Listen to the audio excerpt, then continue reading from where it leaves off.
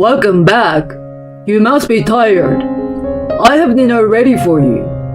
As I moved toward the dining table, I saw that my favorite dishes were arranged on it. You like this one, right? Come on, let's eat. Hearing this, you probably think he is a good husband.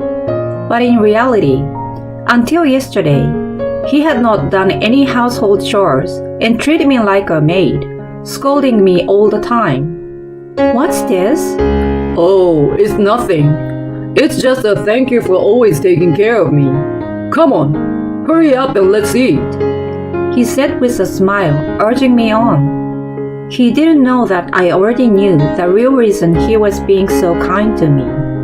My name is Carol, and I'm 35 years old. We have been married for 3 years, and this is the 10th year after my husband and I graduated from university. We met again at the reunion, and a month later, we got married. I was in a rush to get married, partly because of my age, and I accepted his early proposal without much thought. I knew it was moving fast, but honestly, I couldn't help it. I fell for him when I saw him at the reunion. He had become a handsome man, and he was considerate toward others. He seemed to shine the most among the members of the reunion. We started dating, and 1 month into our relationship, he said, I know it's early, but let's get married. I was honestly surprised and worried. But what gave me the push I needed was when he said, It's okay if you work too. My husband's name is James, and he's turning 36 because he repeated a year in college. Since we both worked, he took out the garbage and did laundry on weekends. He always willingly helped with the household chores, which made me happy. But that husband is no longer here now. Our relationship became awkward when his job switched to working from home. James himself doesn't seem to be happy about working from home and always expressed dissatisfaction with the company. As a proud husband, he didn't like seeing me leaving the house for work. In the first place, there were times when he looked down on me and saw himself as superior. He was a year older than me and worked for a top-tier company, which naturally led him to have such an attitude. Yet, James himself couldn't have felt good about me going to work while he was working from home. One day, when I returned home, I called out, I'm home, but there was no answer from James. Moreover, the kitchen and living room were a mess. What the heck? I shouted in my heart as I somehow managed to clean up the mess. I wanted to clean more, but I didn't have the energy left. I was exhausted just from tidying up. After that, I cooked and finally put the food on the table. If dinner is ready, let me know sooner. Well, it's not like I'm expecting much from your cooking though. James said as he emerged from his room wearing the same clothes he wore to bed. I was just about to let you know, I said in a hurry as I called out to James. Stop making excuses and take care of the house like you're supposed to. You didn't leave me any food in the fridge today. Just because you work outside doesn't mean you can slacking off, you know? What? But you said you were going to eat out today. I changed my mind. Work kept me busy. How am I supposed to know that? I think it's a wife's job to prepare everything, so that it's okay no matter what happens. Since I, as a husband, am at home, I need to do the household chores like you're supposed to. I'm already doing them. You haven't been helping lately. What are you talking about? Just because I'm working from home doesn't mean I'm not busy. James continued to find fault with me. By the time he had been working from home for 6 months, he didn't even get up for breakfast anymore. As I was leaving for work, he would say, Have a great day, ma'am. And then he would make sarcastic comments as he went to the bathroom. When I returned home, He greeted me with, "Welcome home, ma'am," in a sarcastic tone.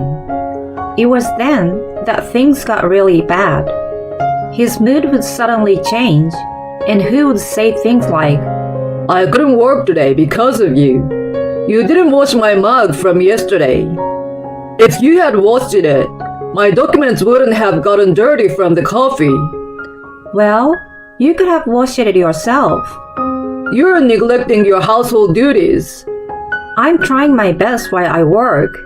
Yeah, whatever. Just continue to believe you're trying. You're just a low-class woman. I was boiling with anger at his verbal abuse that night.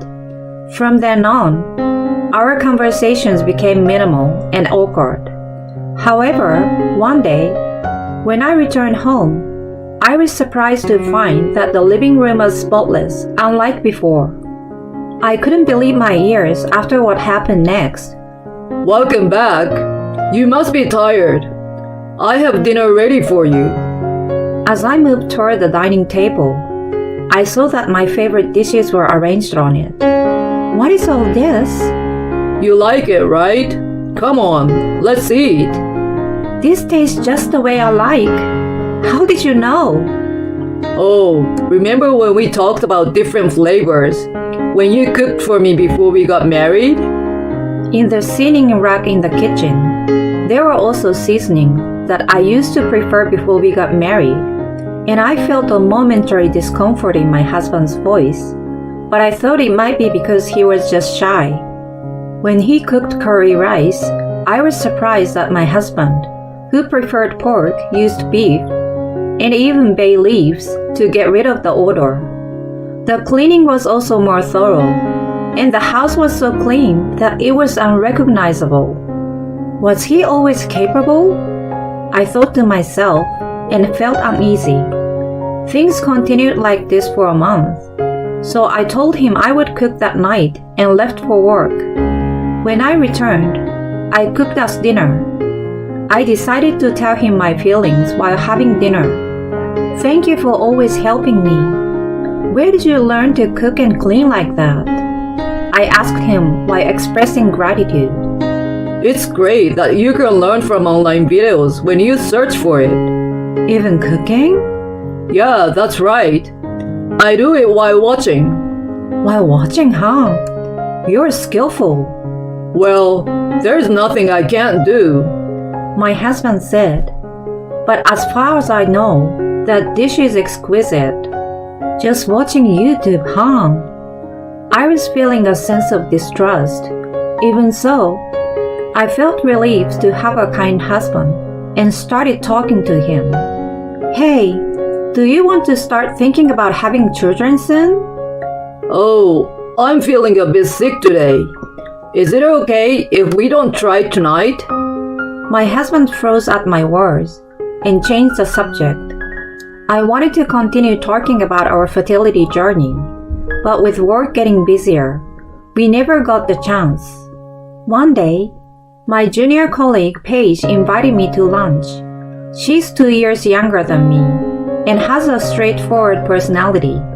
She's capable at her job, so everyone relies on her, including me. While having lunch, I talked about my husband's recent behavior. Paige immediately responded, "That's strange. They say there's always a reason behind someone's actions." "What do you mean?" When a husband or boyfriend suddenly becomes more affectionate or attentive, it's often to hide an affair. But he works from home, so there's no chance for him to meet someone. "No, it's the other way around. You're not home, so you should be careful." Her words made me remember my husband's cooking, and I must have looked concerned because she said, "If you're worried, you should use a hidden camera." I said, "I don't think it's necessary," but she was proactive. I wondered why she was going to such length, but I appreciated her concern. Paige efficiently talked to the salesperson at an electronics store and purchased a camera that even I could handle. She then helped me set up the camera in my husband's room, living room, kitchen, and even the bedroom. timed for when my husband would go shopping. The hidden camera was shared with my PC and smartphone so that I could see in real time. The next day, I couldn't stop thinking about my husband and the hidden camera. So, unable to wait, I nervously opened my smartphone during lunch break. My heart nearly stopped when I saw the person who appeared on the screen. What? Paige? Why is she in the footage? I quickly closed the screen, but my hands were shaking and my heart was racing. I couldn't focus on work in the afternoon, so I waited for the end of the workday and went to the nearby cafe to calm down with some coffee before playing back the hidden camera footage.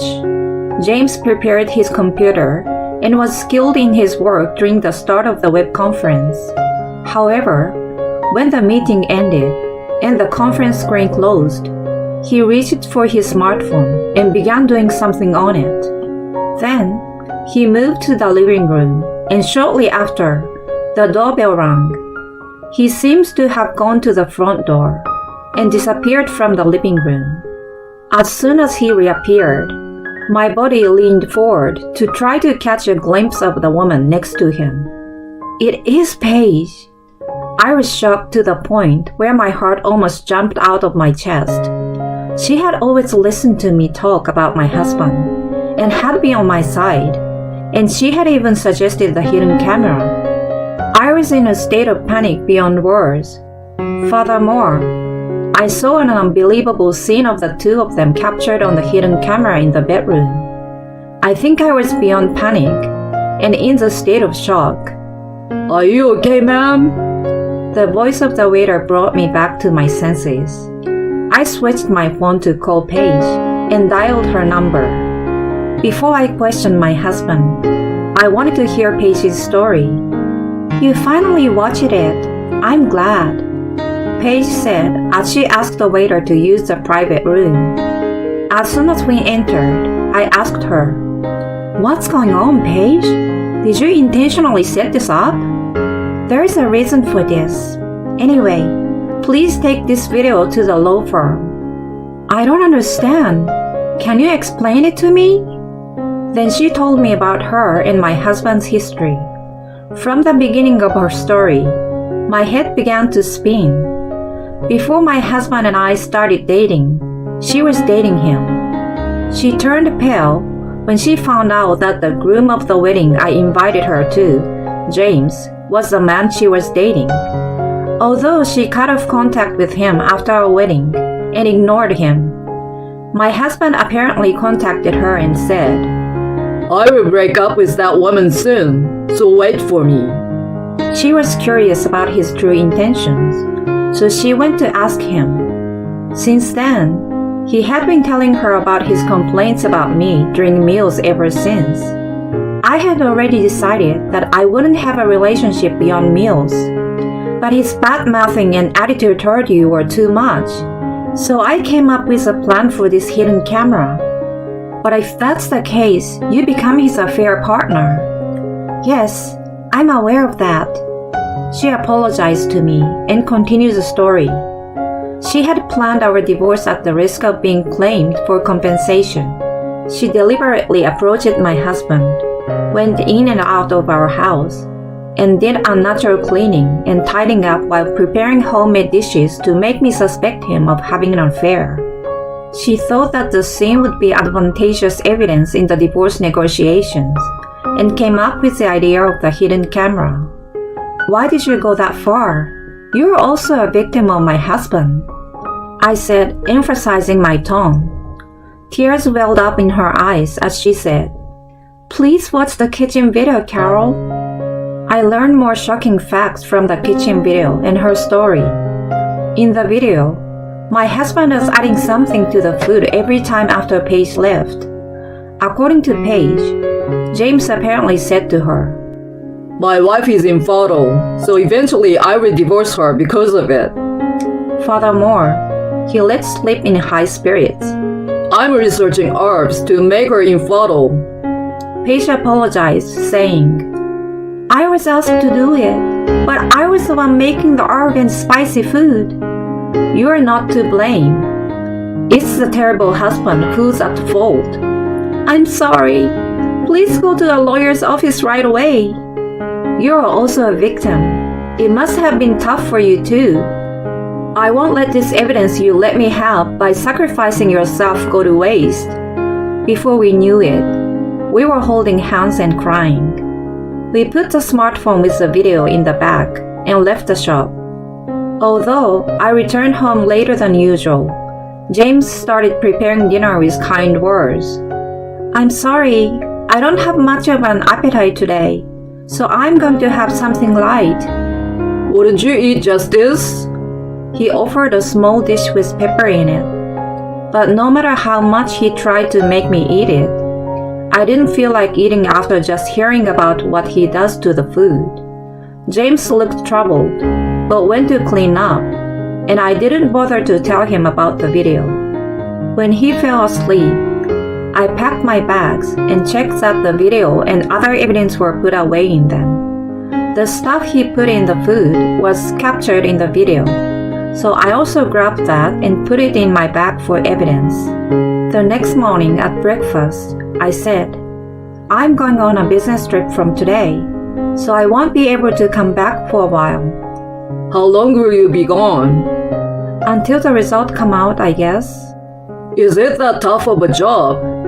I don't know what will happen, so I will contact you when the result come out. I then told him that I was leaving and went straight to the lawyer's office. After watching the video I presented, the lawyer explained confidently. This video is sufficient evidence. The divorce will progress in your favor. The divorce was finalized early, as the lawyer predicted. The matter of James trying to make me infertile was treated as an intentional act, so the lawyer contacted the police, and James was arrested. The result came out, so I'm letting you know. What's going on? I heard from Paige that you are plotting against me. I'm sorry. I apologize. Please help me. What are you talking about? You will pay for your actions. I went to visit him at the prison. Won't you consider a settlement? James just clutched to the board in the middle, crying. What? Settlement?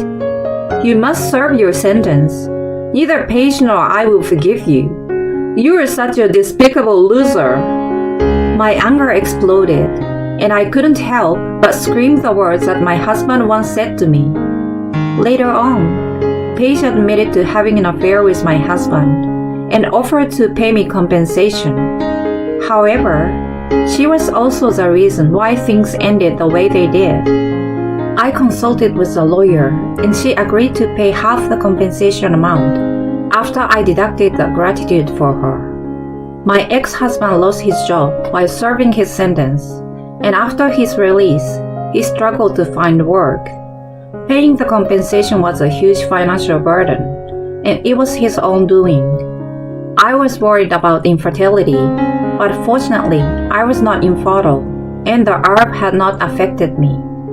I was curious about Paige, so I contacted her after receiving the results. You were worried about me, but don't worry, I'm not infertile. That's great. I'm really relieved. Let's continue to be conversation partners. Thank you. Yes, if you don't mind. Let's learn to choose men more wisely from now on. Yes, let's do that. We both laughed and hung up. I remember the beginning of our relationship and chuckled to myself. At the time, he looked good, and he was good at treating women. I fell for it, and I let him lead me on. But now, I have to look for sincere men, I said to myself, feeling a sense of realization. I sat on the front steps of my house and chanted, "Don't rush, don't rush, don't rush." I'm here now, having learned that being with someone can change your life.